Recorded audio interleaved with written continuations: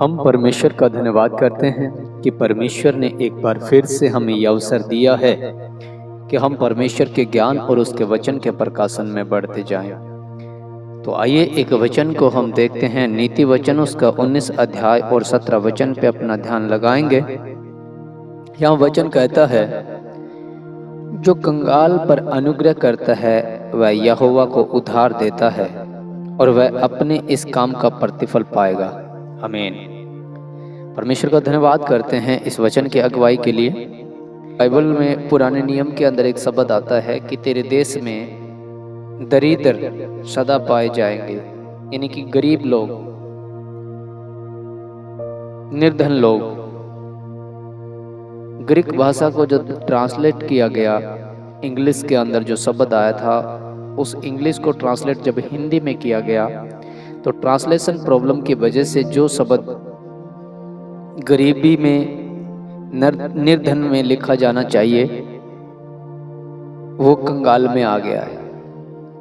इसलिए translation problem की वजह से ये शब्द थोड़ा सा अपरिचित सा लगता है, लेकिन वचन कहता है कि जो निर्धन पे, जो गरीब के ऊपर, जो असहाय लाचार व्यक्ति के ऊपर अनुग्रह करता है वह यहोवा को उधार देता है और वह अपने इस काम का प्रतिफल भी पाएगा, ऐसा वचन हमें बताता है। क्या कोई परमेश्वर को उधार दे सकता है और किस प्रकार से दे सकता है?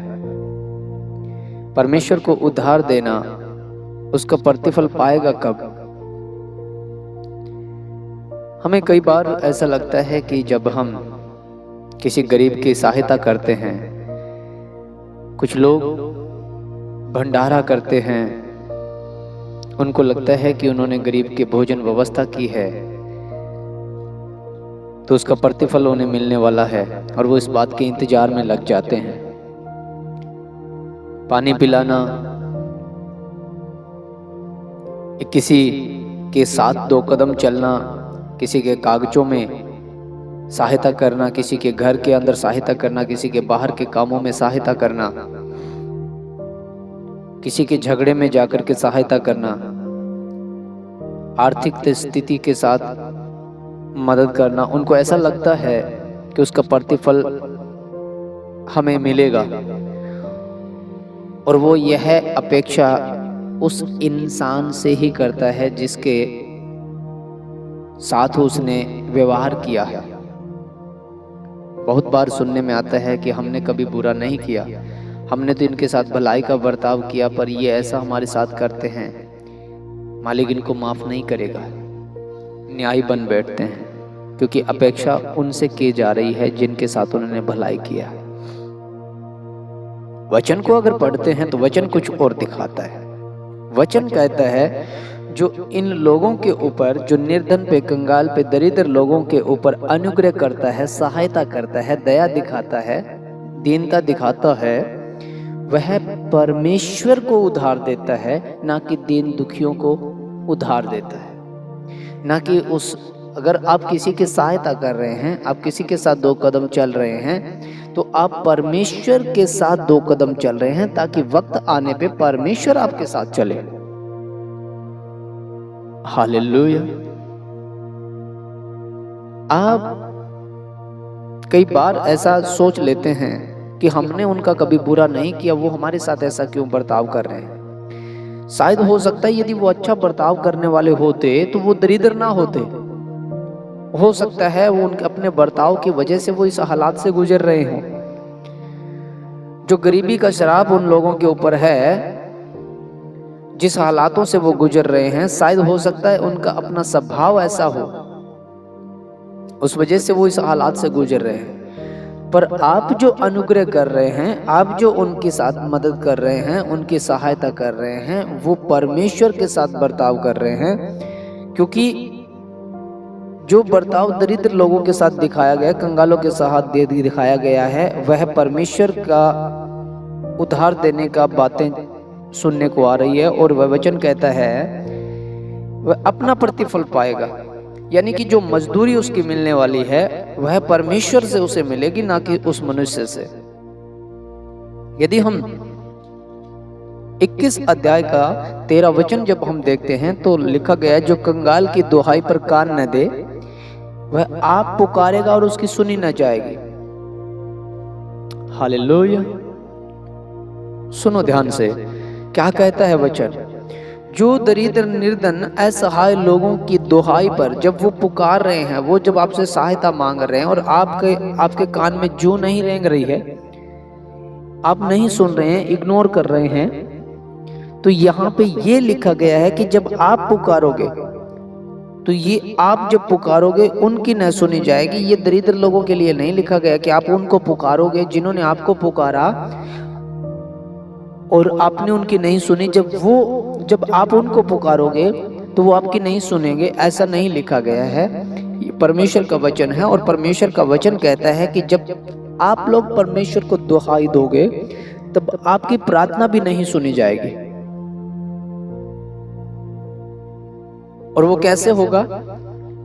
22 का 9 वचन देखते हैं हम। नीति वचन 22 अध्याय 9 वचन में लिखा गया है, दया करने वाले पर आशीष फलती है।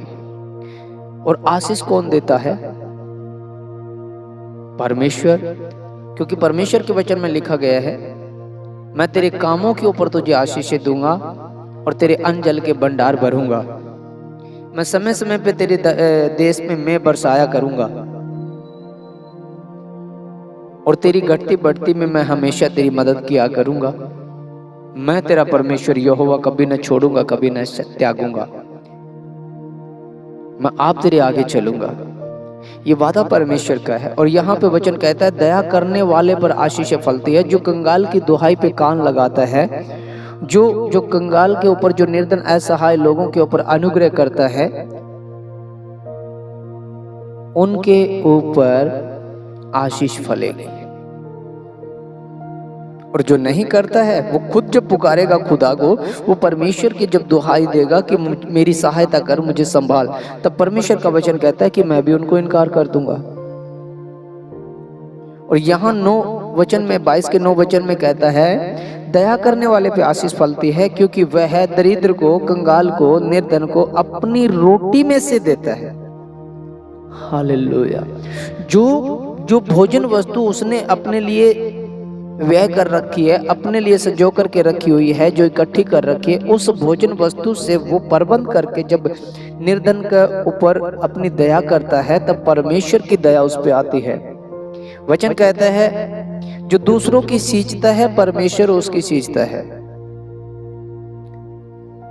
दया करो तो तुम पे की जाएगी,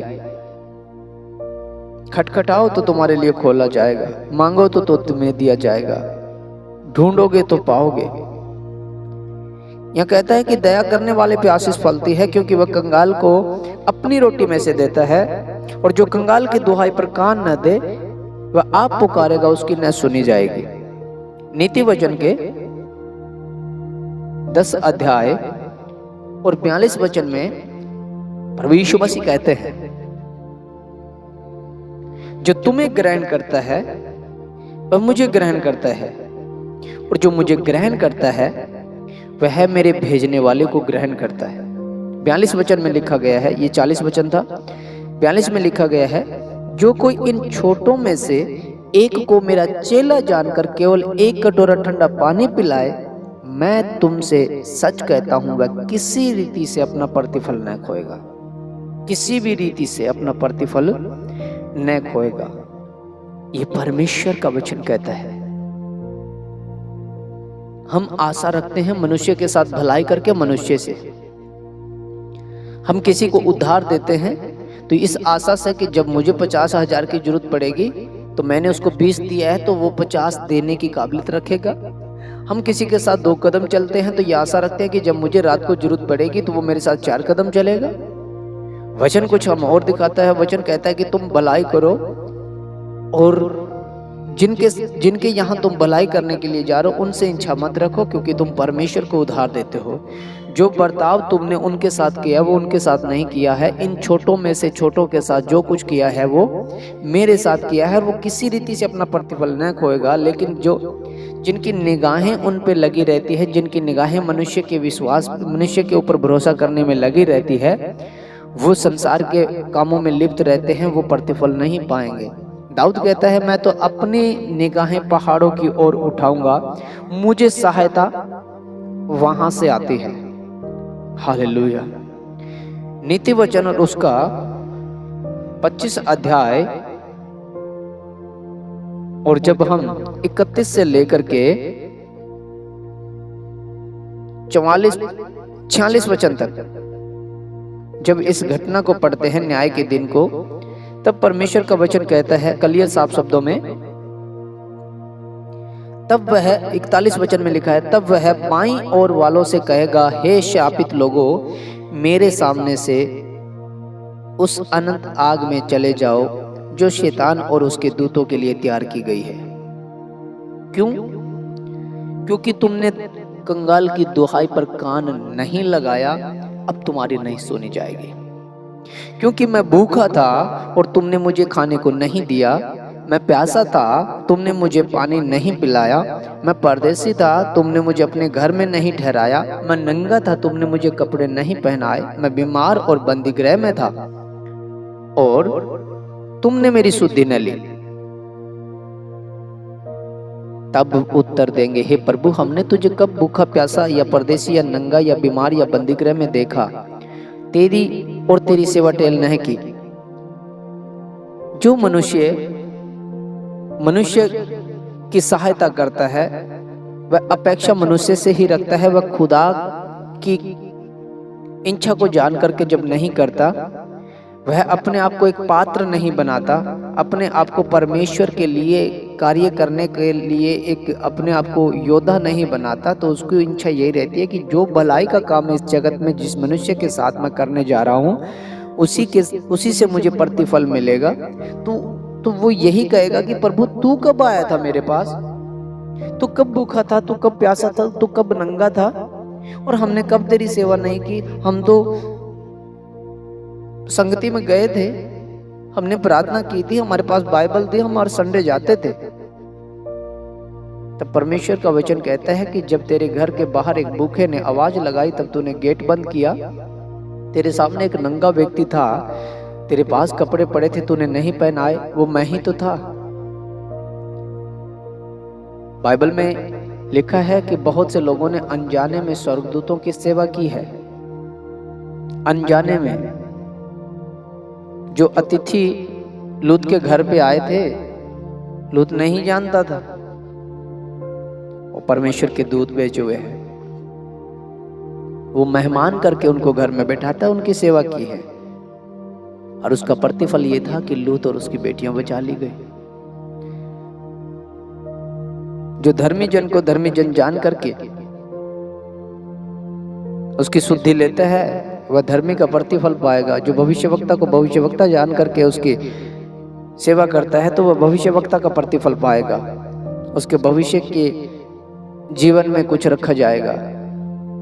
इसलिए जो भी काम करो बिना कुड़कुड़ाए दरिद्र कंगाल लोगों के ऊपर जब आप दया करते हो, आपके पास पड़ा है भलाई के कामों में देने के लिए, बोने के लिए, तो इस बात को कभी मत समझो कि वो मैं कर रहा हूं। नहीं, खुदा ने हमें दिया है और वो अपना काम हमसे करवाना चाहता है, तो इसमें हमें संकोच नहीं होना चाहिए और ना ही हमें घमंड होना चाहिए। और जिसके साथ हम भलाई करते हैं हमें उनसे अपेक्षा नहीं रखनी चाहिए, क्योंकि हम परमेश्वर के साथ बर्ताव करते हैं। हम परमेश्वर को उद्धार देते हैं कि वक्त आने पे परमेश्वर हमारा लौटाएगा। वह अपने राज्य के अंदर जब न्याय के सिंहासन के सामने हम खड़े होंगे तब वो कहेगा कि ये तुमने मुझे पानी पिलाया, ये ले पी, तूने मुझे कपड़े पहना, ये ले पहन, तूने मेरी बीमारी को संभाला, तू चंगा हो, तूने मेरी शुद्धि ली, आजा तू मेरे बगल में आ।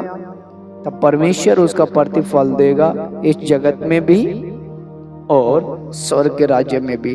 हमें अपेक्षा मनुष्य से नहीं रखनी है, क्योंकि वचन कहता है श्रापित है वह पुरुष जो मनुष्य पे भरोसा रखता है, क्योंकि उसका मन तो यहोवा से भटक गया है। तो जो कुछ भी हम करें बिना कुड़कुड़ाए बुड़बुड़ाए खुदा की हजूरी को जान करके और परमेश्वर के लिए करें। प्रभु आप सबको आशीष दे, बरकतें दें। सबको जय मसीह की।